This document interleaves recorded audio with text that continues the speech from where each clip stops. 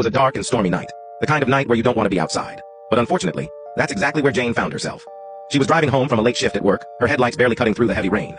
As she approached a remote stretch of road, she saw a figure standing in the middle of the lane. She slammed on the brakes, but it was too late. The figure was hit, and Jane's car skidded to a halt. Shaken, Jane got out of the car and approached the figure, hoping against hope that they were still alive. But as she got closer, she realized that this wasn't a person at all. It was a scarecrow, soaked through from the rain. Jane was about to get back in the car and drive away as fast as she could, but something made her pause. The scarecrow's eyes seemed to be following her, even though it had no face. She shook her head, convinced that it was just her imagination, and got back in the car. But as she drove away, she couldn't shake the feeling that something was wrong. Every time she looked in the rearview mirror, she saw the scarecrow's empty eyes staring back at her.